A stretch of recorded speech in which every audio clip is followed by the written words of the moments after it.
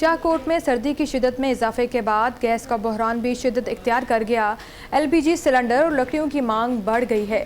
مزید جانتے ہیں نمائندہ 7 نیوز محمد نعیم کی اس رپورٹ میں۔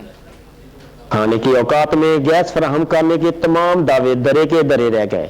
سردیوں کے آتے ہی ملک بھر کی طرح شاہکوٹ میں بھی گیس غائب ہو گئی۔ شہری شدید اذیت میں مبتلا۔ قدرتی گیس کے متبادل LPG سلنڈر، لکڑیوں کا ایندھن اور کوئلہ کی قیمتیں بھی آسمان سے باتیں کر رہی ہیں۔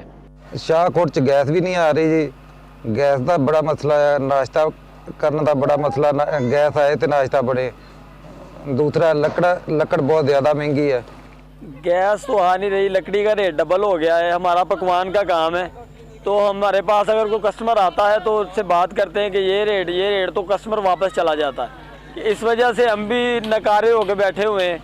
تو آج ہم نے صبح سے کوئی کام نہیں کیا، کل بھی نہیں کیا تھا، تو ہم گھر پہ کہاں پہ نظام چلائیں گے۔ یہ دیکھیں جو گیس کا بحران آیا ہوا ہے، آگے تو لوگ جو غریب لوگ تھے وہ لکڑی استعمال کرتے تھے 1200 روپے من، وہ بھی اب ہو چکی ہے، اور جو یہ گیس ہے LPG اس کا ڈبل سے ٹرپل ریٹ ہو چکا ہے، اور 280 روپے فی کلو مل رہی ہے، وہ بھی بڑی مشکل سے مل رہی ہے، ٹھیک ہے۔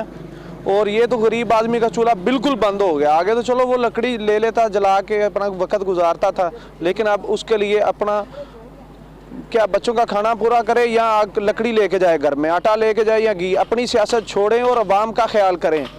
گرمیوں میں 800 روپے من تک فروخت ہونے والی لکڑی 1400 روپے تک جا پہنچی۔ کوئلہ جو دستیاب تھا اب وہ بھی نایاب ہو گیا۔ عوام کو 2 وقت کی روٹی پکانا بھی مشکل ہو گئی۔ شہریوں کو گیس فراہم کرنا یا پھر ایندھن کی قیمتوں کو کنٹرول کرنا حکومت کی ذمہ داری ہے۔